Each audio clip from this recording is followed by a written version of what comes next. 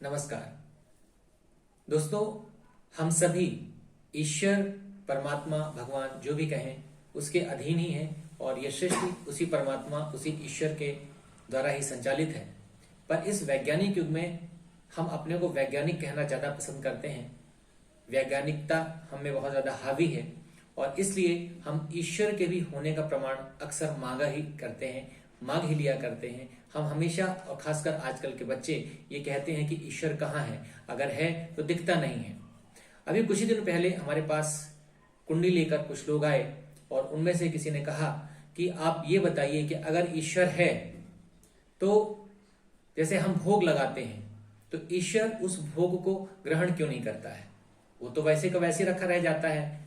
बात भी सही लगती है कि जो भी हम जितनी क्वांटिटी में, जितनी मात्रा में कोई चीज प्रसाद के रूप में भगवान को समर्पित करते हैं वह उतनी की उतनी ही रहती है। और अक्सर इसलिए लोग कहते हैं भगवान नहीं होते हैं, भगवान नहीं खाते हैं, ये सब ढकोसलेबाजी है, उसको हमको ही खाना पड़ता है। और जो लोग भगवान को मानते भी हैं वो भी यही कहते हैं कि आज हमारा ये खाने का मन है, आज हमारा लड्डू खाने का मन है, आज हमारा पेप्सी पीने का मन है, या कोई चीज पीने का मन है, कोई चीज खाने का मन है, भगवान को भोग लगा देते हैं। यानी पहली बात तो यह है कि हम जो कुछ भी करते हैं वो पहले भगवान के लिए करते ही नहीं है, अपने लिए करते हैं।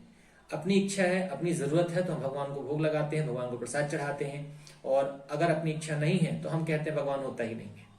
तो उनकी ये बात हमारे दिमाग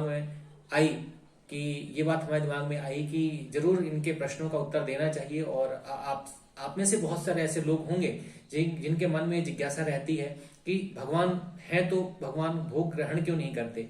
या जैसे मेरे एक परिचित थे, मैंने उनसे कहा कि आप सूर्य भगवान को जल दिया करिए, सुबह उठकर उन्हें अर्घ दीजिए। तो उनके बेटे ने चट से कहा कि सूर्य भगवान को हम अगर जल चढ़ाते हैं तो क्या वहां तक पहुंच जाएगा?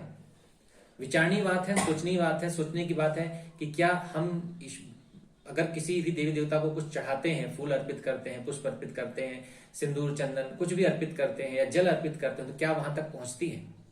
देखिए, मैंने बहुत सोचा।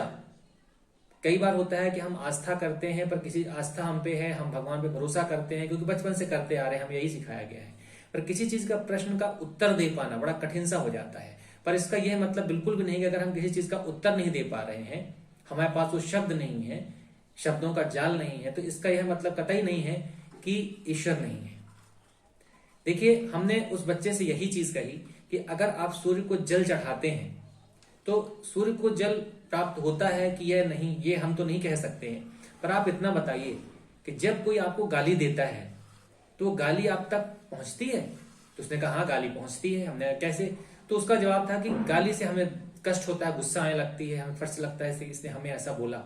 यानी गाली कहीं ना कहीं आपको जाके लगी। गाली कोई ऐसी चीज तो है नहीं कि गाली दे दिया, तो गाली देना कोई ऐसी चीज तो है नहीं कि हमने उठाया और आपको दे दिया, आप तक पहुंच गई। तो निश्चित तौर पे उसका एक प्रभाव होता है, किसी भी शब्द का, किसी भी कार्य का एक प्रभाव होता है, वो जो आप तक पहुंचता है और उसे ही आप ग्रहण करते हैं। बिल्कुल इसी प्रकार सेम ऐसे ही जब हम सूर्य को जल अर्पित करते हैं तो यहां से सूर्य आपको मालूम है सूर्य कितनी दूर है, हमें तो नहीं मालूम है, पर सूर्य जितनी भी दूर है वो इतनी दूर है कि हमारा जल, वास्तव में जल वहां तक नहीं पहुंच रहा है, पर उस जल का जो प्रभाव है, जल के हमारे देने की जो हमारी इच्छा है, जो हम उसके माध्यम से प्रेषित करना चाहते हैं ईश्वर तक अपना मैसेज, वह उस तक अवश्य ही पहुंच जाता है और इस प्रकार जल ही पहुंच जाता है।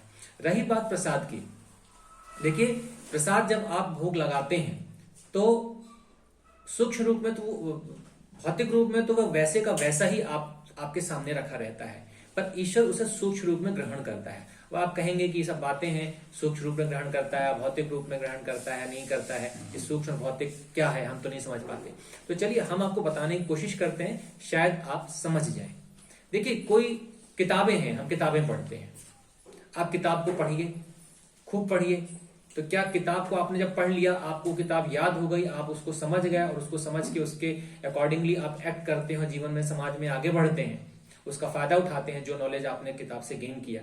तो किताब में लिखे हुए अक्षर, लिखी हुई बात जो आपने याद की, जो आपने पढ़ी, क्या वो गायब हुई? नहीं गायब हुई, वो वहां पर उसी तरह से ज्यों की त्यों लिखी मिलेगी आपको। बस प्रसाद का कॉन्सेप्ट भी, या किसी भी चीज का जो भी हम भगवान को अर्पित करते हैं, वो उसका कॉन्सेप्ट भी बस इतना ही है कि हमने जैसे भगवान को कोई प्रसाद चढ़ाया, कोई भोग लगाया, तो भगवान उसे सूक्ष्म रूप में ग्रहण करते हैं, उसके गुणों को ग्रहण करते हैं, वो सूक्ष्म रूप में भगवान को प्राप्त होता है, भगवान उसे ग्रहण करते हैं। जबकि भौतिक रूप में वह प्रसाद, वह भोग ज्यों का त्यों आपके सामने उसी रूप में जैसा कि आपने रखा था वैसा ही रखा मिलता है। तो हम आपसे इतनी ही विनती करते हैं कि इस कलयुग में भले हम चाहे विज्ञान के माध्यम से अपने को आपको जितना मॉडर्न समझने लगे कि हम बहुत आधुनिक हो गए हैं, पर अभी भगवान को समझना बहुत एक सामान्य व्यक्ति के लिए तो बहुत ही कठिन काम है।